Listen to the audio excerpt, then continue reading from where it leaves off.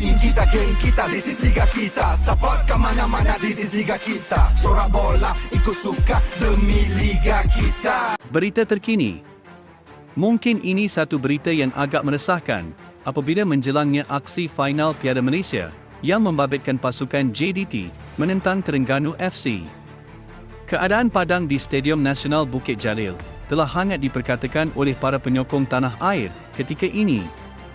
Tidak dengan hanya itu, Tunku Mahkota Johor, TMJ, beliau juga telah tampil untuk kita semua, sekaligus telah berkongsi kepada kita bagaimanakah keadaan padang terkini di stadium itu. Sebelum saya meneruskan perbincangan mengenai ulasan ini, izinkan saya mengambil masa anda semua terlebih dahulu. Jika anda semua suka dengan cara penyampaian saya, bantu saya untuk smash butang like agar saya terus kekal membuat konten yang bermanfaat dan berguna kepada anda semua. Terima kasih. Tanpa melengahkan masa, mari kita teruskan ulasan ini dengan lebih mendalam. Ketika ini, TMJ seakan telah memberikan satu petunjuk yang tidak baik saat berlangsungnya perlawanan nanti. Ia berikutan melihat keadaan padang yang telah rosak akibat konsert yang telah diadakan. Ini telah menunjukkan bukti keseriusan TMJ saat menjelangnya perlawanan nanti. Pada Isnin, pemilik Johor Darul Takzim FC itu telah berkongsi keadaan terkini permukaan padang berkenaan yang dilihat masih belum siap sepenuhnya. Menerusi media sosial milik beliau, Tunku Ismail seakan-akan menyindir cara Perbadanan Stadium Malaysia di bawah pimpinan Dato' Hans Isaac yang dilihat caranya menguruskan padang berkenaan seperti tidak membawa perubahan. TMJ berkata, standard yang bagus untuk final Piala Malaysia.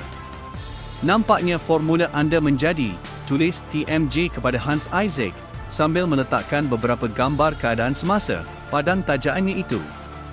Usaha dari perbadanan itu bagaimanapun masih tidak berada pada tahap memuaskan dengan keadaan padang berkenaan menerima kritikan daripada penyokong bola sepak tanah air selepas melihat perkongsian gambar dari TMJ.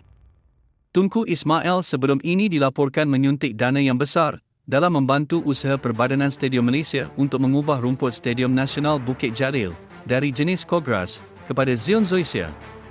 Keadaan padang gelanggang rasmi Harimau Malaya selepas konsert itu telah mendapat reaksi kurang senang daripada penyokong sehingga Tunku Ismail turut berkongsi beberapa gambar keadaan padang tanpa sebarang caption baru-baru ini.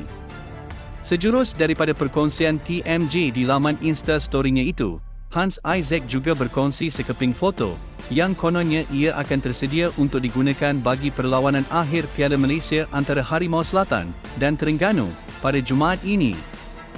Dalam masa yang sama, PSM perlu bersedia terima kritikan hebat jika gagal siapkan rumput tersebut. Menurut penganalisis Sukan Negara, Prof. Madya Zulakbal Abdul Karim, dia tidak terkejut jika JDT dan Terengganu risau dengan keadaan padang itu kerana ia akan menyebabkan corak permainan mereka terganggu. Saya percaya kedua-dua pasukan akan rasa bimbang untuk bermain dengan baik kerana rumput tersebut baru saja dilanyak dengan sebuah konsert artis antarabangsa. Malah, rumput itu baru sahaja dinaik taraf. Oleh itu, jika padang itu digunakan pada Jumaat ini, ia akan beri kesan kepada corak permainan kedua pasukan, terutamanya mereka yang gemar bermain hantaran-hantaran pendek. Malah, mereka juga risau keadaan padang akan datangkan kecederaan kepada para pemain, jelas Zulakbal, kepada majoriti.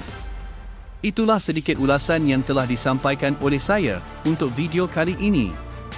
Jika anda mempunyai sebarang pendapat, jangan lupa untuk tinggalkan pendapat tersebut di ruangan komen di bawah. Terima kasih kerana menonton video ini sampai ke minit akhir.